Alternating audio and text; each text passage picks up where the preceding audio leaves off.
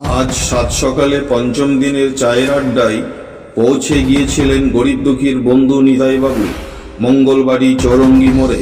সেখানে দেখেন প্রায় 50 জন শ্রমিক অপেক্ষায় ছিলেন একবার গরিব দুঃখী বন্ধুর নিতাইদার সাথে কথা বলার জন্য। একরাশ ক্ষোভ ও বহু সমস্যার কথা জানান যে আমাদের প্রত্যেকটা শ্রমিকরা কাজকর্ম পাচ্ছে না, কাজ নাই, কি করবে। পাশাপাশি শ্রমিকদেরকে খুব আপ্লুত হলেন নিতাইবাবু এবং তাদের সাথে সৌজন্য কথা শুনলেন এবং পাশে থাকার আশ্বাস দিলেন। নিতাইবাবু বলেন 50 মালদহ বিধানসভার অনেক সমস্যা আছে যা বর্তমান বিধায়ক সেভাবে কাজ করেনি। মানুষের সাথে দেখা করার সময় নেই, ভোট আসলে আর অনেক নাটক শুরু হয়। একটা ঘটনা দেখলাম, গোপালচন্দ্র সাহা বিধায়ক যিনি চাষিদের সাথে আলু জমিতে আলু তুলছেন। আমি এই সব পছন্দ করি না। আমাকে মানুষ অন্তর থেকে ভালোবাসে। আমি আগেও মানুষের পাশে ছিলাম আর ভবিষ্যতে থাকবো। তাই আপনারা বিচার করবেন, আমি যদি ভালো কাজ করি তাহলে সমর্থন করবেন। জোর করে কিছু পাওয়া যায় না। এলাকার মানুষ বলবে আমার কাজ, আমি কাজকে ভালোবাসি এবং গরিব দুঃখী মানুষের পাশে থাকতে ভালোবাসি। এটাই আমার কর্তব্য বলে মনে করি। আপনারা দেখছেন বেঙ্গল হেডলাইন্স বাংলা। আজকে এসে কেমন লাগছে? এক কথায় খুব ভালো লাগছে। লেবার শ্রেণী থেকে শুরু করে দোকানদার থেকে শুরু করে সমস্ত ধরনের মানুষের যে এত আশীর্বাদ ভালোবাসা পাচ্ছি তাতে নিজেকে অত্যন্ত গর্বিত আপ্লুত মনে হচ্ছে। মানে সমাজে যেভাবে সেবামূলক কাজ করে যাচ্ছি সেই কাজ করার স্পৃহা আরও বেড়ে যাচ্ছে। যতদিন বাঁচব ততদিনই যত ঈশ্বর আমাকে এইভাবে কাজ করে যাওয়ার আশীর্বাদ দেয়। সকলের সাথে সকলের পাশে থেকে আমি। দাদা, আরেকবারের জন্য আপনি এই 50 বিধানসভার সকল মানুষকে কি বলতে চাইবেন যে আগামী নির্বাচনের জন্য কি বলবেন?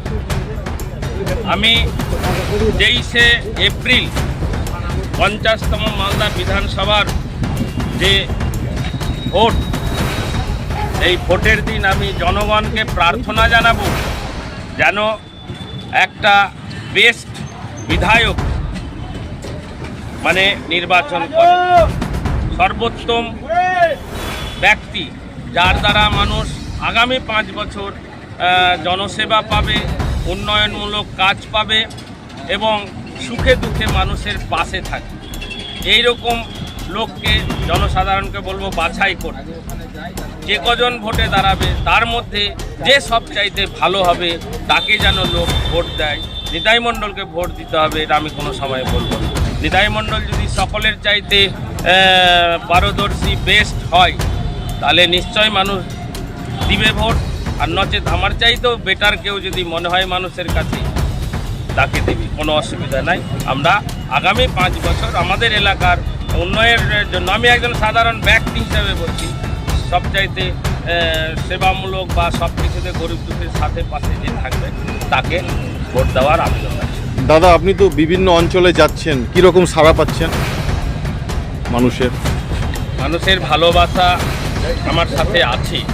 আমার এটাই পুঁজি যে আমি নির্দল হয়ে যে একটা বিধানসভাতে লড়াই করছি।